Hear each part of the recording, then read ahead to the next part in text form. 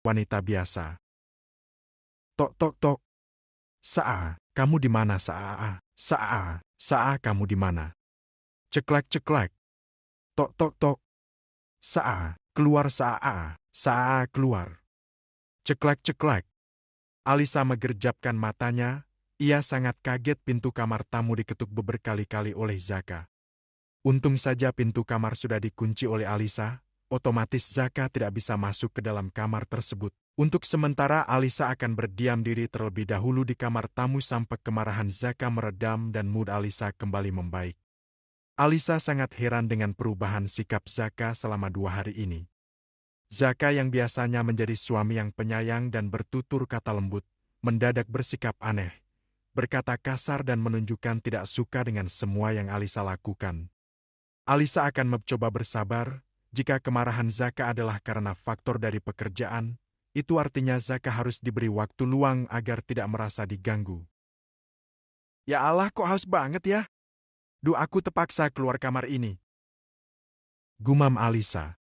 Alisa merasa tenggorokannya terasa kering karena kehausan. Karena tak mungkin bisa menahan rasa hausnya, Alisa akhirnya memberanikan diri untuk keluar dari kamar tamu. Ceklek. Alisa membuka pintu kamar sambil celingak-celinguk. Rupanya rumah nampak sepi. Karena sudah tidak bisa menahan rasa haus, Alisa langsung menuju ke arah dapur untuk mengambil air minum. Deg! Saat berjalan menuju ke arah dapur, Alisa melihat Zaka sedang duduk di meja makan sambil senyum-senyum sendiri menerima telepon dari seseorang. Alisa mencoba bersikap cuek dan berjalan terus ke arah dapur tanpa melirik ke arah Zaka sedikit pun. Udah dulu ya, nanti disambung lagi. Assalamualaikum. Zaka nampak gugup dan mematikan langsung ponselnya. Mendengar suara Zaka yang terlihat gugup, Alisa tersenyum sinis. Alisa melirik sebentar, rupanya Zaka sangat takut dengan kehadiran Alisa. Bisa jadi Zaka sedang menerima telepon dari seorang wanita. Saa, kamu ngapain aja sih di ruang tamu gak keluar-keluar? Mas sudah ketok pintu berkali-kali, kamu diem aja gak jawab panggilan Mas. Semedi? Jawab Alisa sekenanya sambil mengambil air putih di dispenser. Saa, kalau ditanya suami jawab yang bener lah. Iya, aku semedi biar tambah sakti. Kalau ada orang yang berusaha main-main di belakangku, biar langsung ketahuan. Deg! Zaka tercekat mendengar ucapan Alisa barusan. Ayo Sa, mandi ikut Mas ke panti asuhan. Aku nggak ikut Mas, aku capek. Saa, ayolah ikut Mas. Nggak mau, Mas Zaka berangkat sendiri aja. Aku mau tidur di rumah aja, biar jadi pengangguran yang sukses. Ucapan Alisa barusan tidak lain tidak bukan adalah menyindir Zaka. Mas nggak mau tahu, pokoknya kamu harus ikut.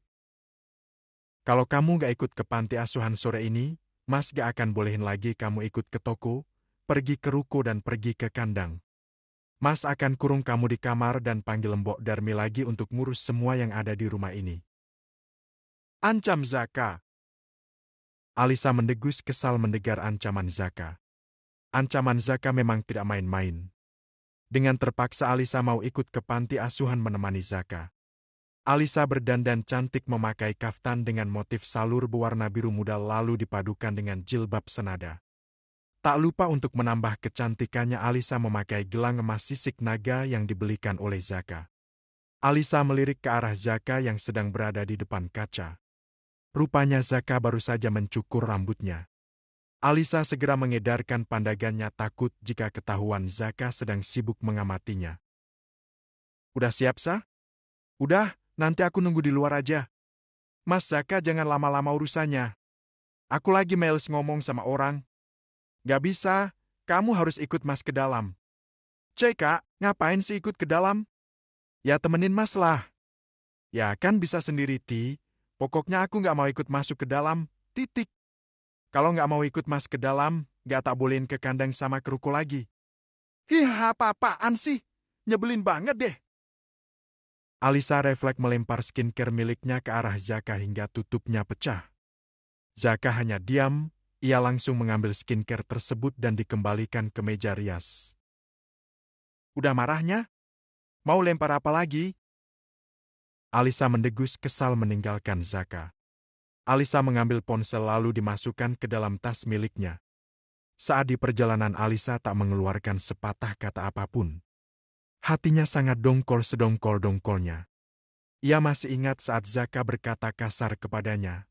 Perhatiannya kini sudah berkurang.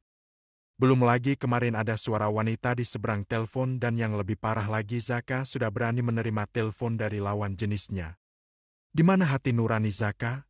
Alisa merasa sakit hati dengan perlakuan Zaka.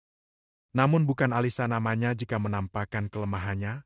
Bahkan saat-saat seperti ini saja Alisa tak mau jika harus menangis di depan Zaka.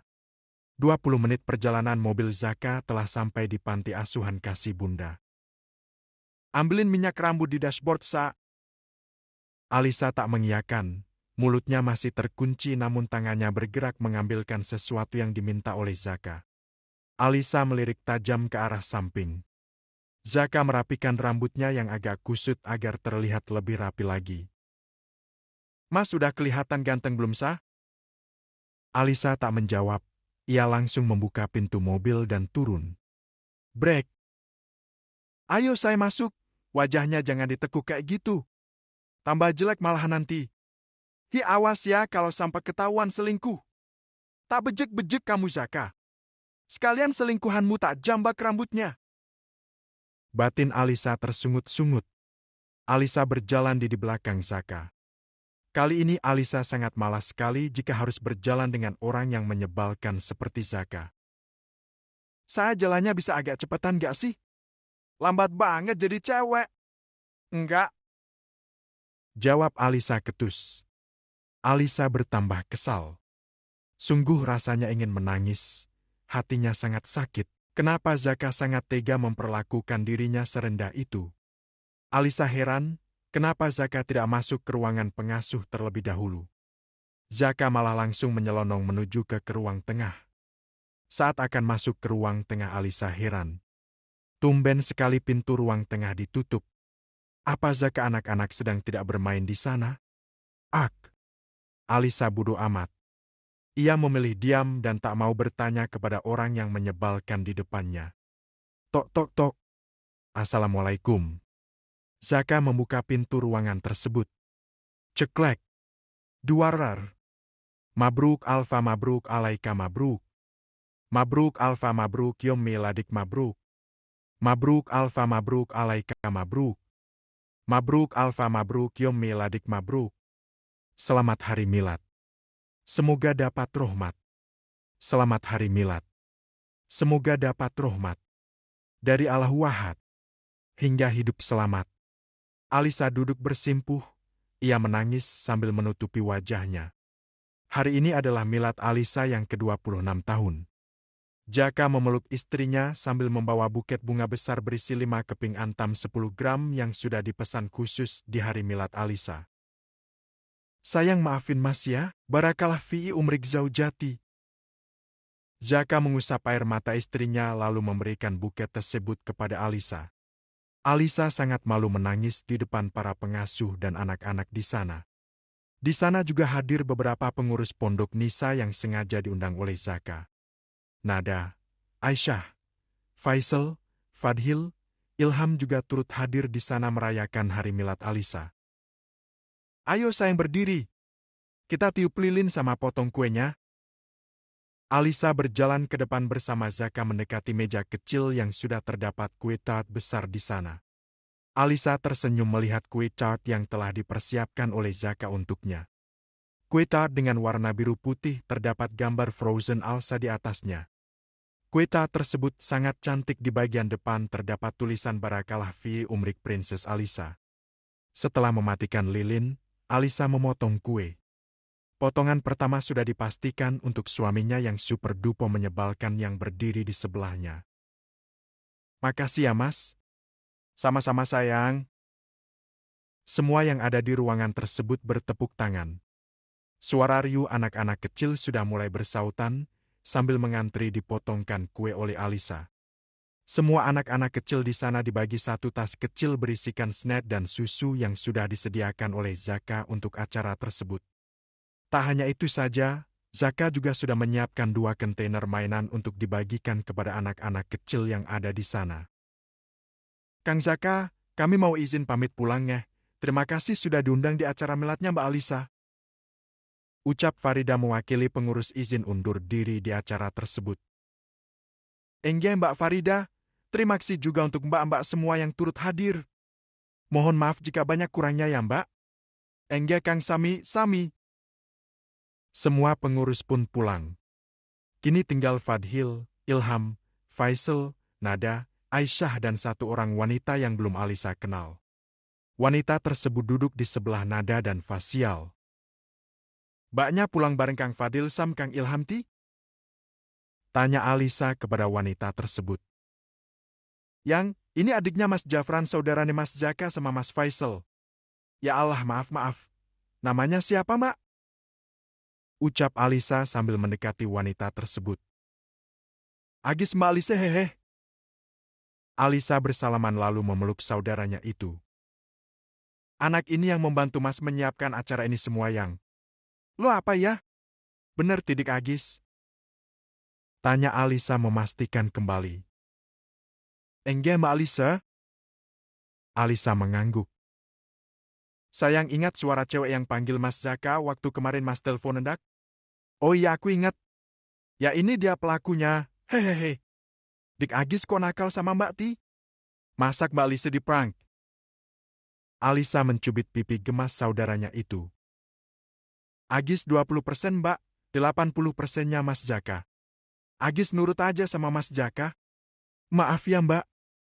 Dasar saudara ini sama-sama jahilnya ternyata. Hehehe, lah yang telepon tadi sore pas Mas senyum-senyum sendiri sayang tahu ndak? Tanya Zaka. Ndak tahu, emang siapa? Maaf ya Yang, tadi sebenarnya Mas itu teleponan sama Mas Ilham ngurusi masalah cateringan buat acara ini. Ada kamu yang tiba-tiba masuk ke dapur Mas kaget langsung gugup Mas. Mbak Lisa udah mikir selingkuhannya Zaka ya? Hehehe. Tanya Ilham. Hehehe. Alisa hanya tertawa kecil. Walaupun semua itu hanya prank, entah mengapa hatinya masih terasa sakit dibentak oleh Zaka. Semua penuturan Zaka dan Agis barusan masih belum diterima Alisa dengan hati yang lapang. Sepulang dari panti asuhan Alisa langsung mengambil air wudhu dan melaksanakan sholat Isya yang diimami langsung oleh Zaka.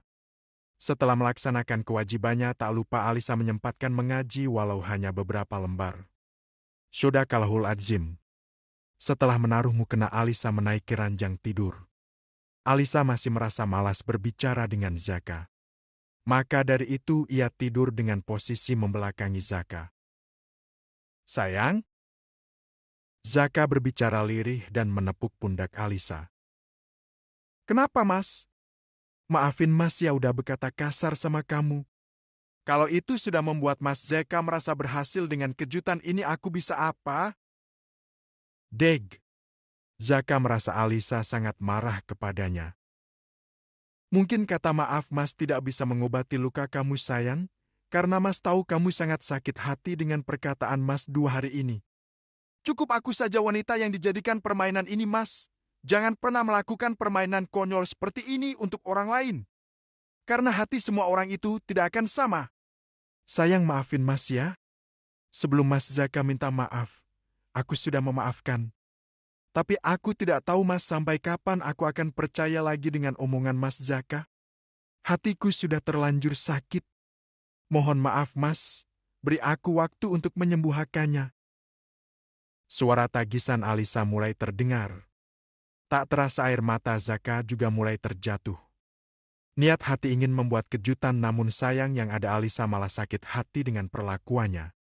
Zaka memeluk erat istrinya. Suara isakan Alisa semakin mendalam. Itu artinya hati Alisa memang benar-benar sangat sakit. DRT. Ponsel Zaka berbunyi. Panggilan masuk dari Mas Sobri.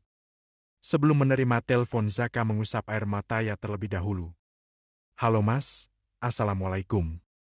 Waalaikumsalam Zak ke kandang sekarang. Blower di kandang ada kendala. Ayam satu lantai 10.000 ekor mati semua. Deg. Astagfirullahaladzim. Ya Allah, hamba menerima karma ini dengan kontan. Musibah. Sayang Gig.